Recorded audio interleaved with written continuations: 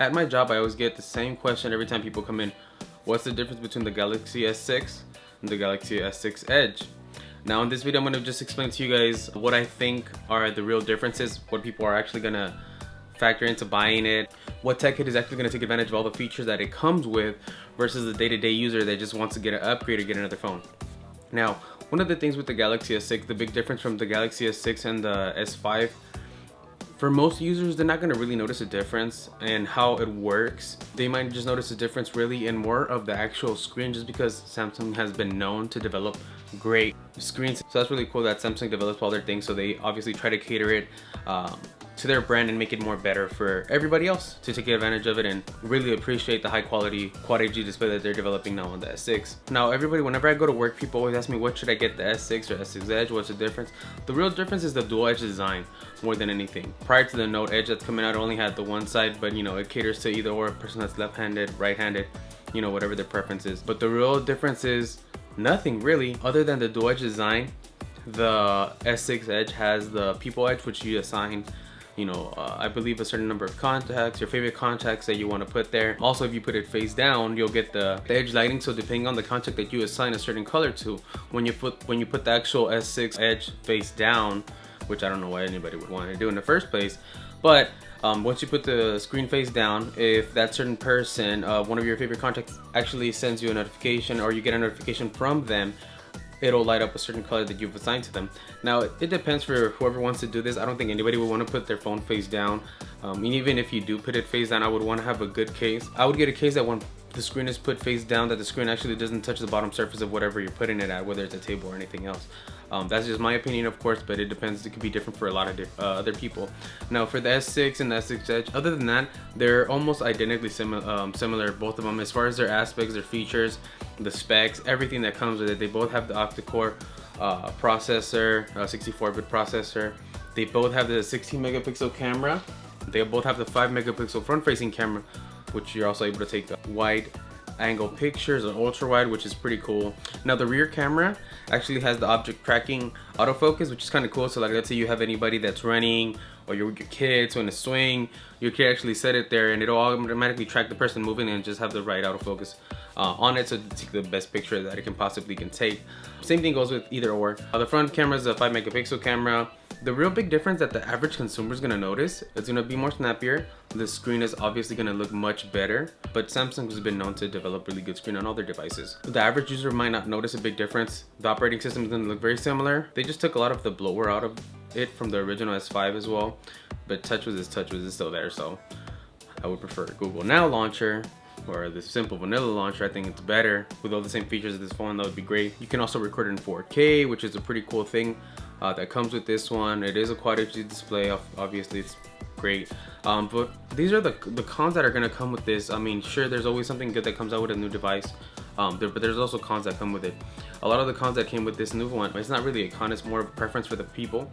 A lot of people hated it that it doesn't have the removable battery, that you can expand the memory with a micro SD card, which sucks, because that's the reason why Samsung was so, you know, Samsung had that going for them for a very long time, other than LG devices. It obviously already has the wireless charging built into it, which supposedly you get on a 10-minute charge, you'll get up to 4 hours of actual usage on the phone, which really depends on the person whether they use it.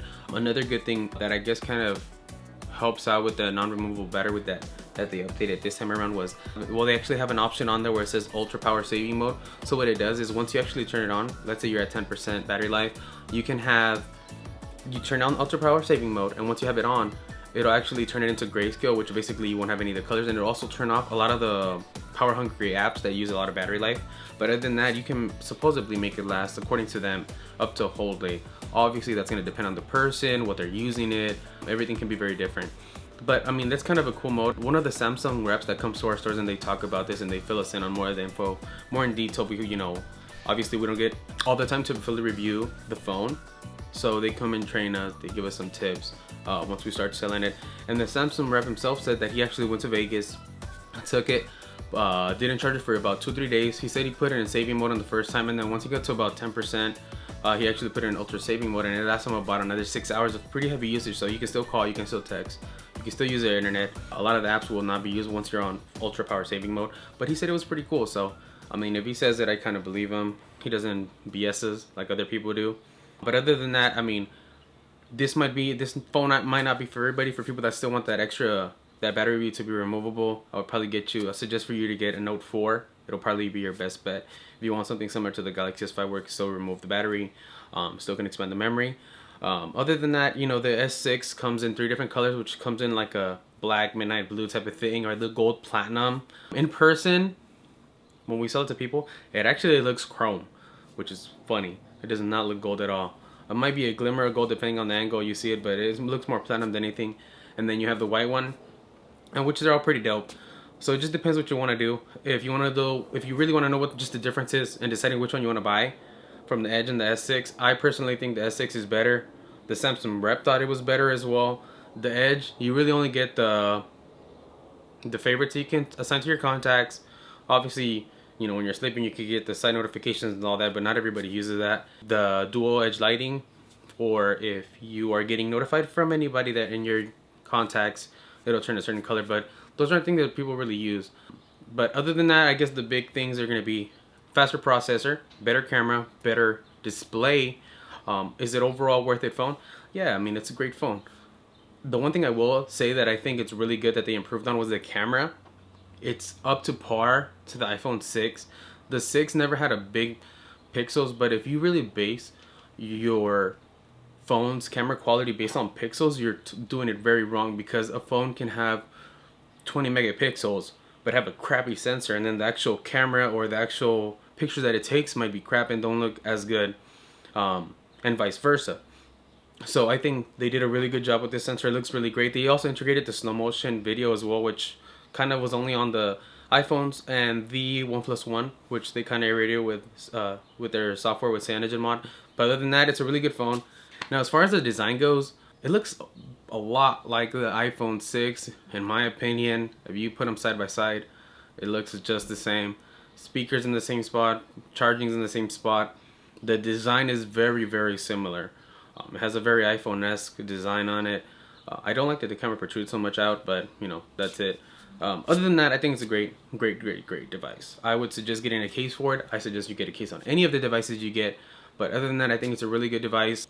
If you guys have any questions on this phone or anything else that you might want to ask me, please leave them in the comments below or direct message me on Twitter or Google+. I would probably suggest you find me on Twitter or message me through YouTube's messaging system. That's probably the best way you can contact me. Other than that, any other tech related questions, please feel free to leave me a comment below. If you guys like this video, please be sure to hit that like button. Subscribe if you want to see more content like this. Thank you guys for watching. Peace.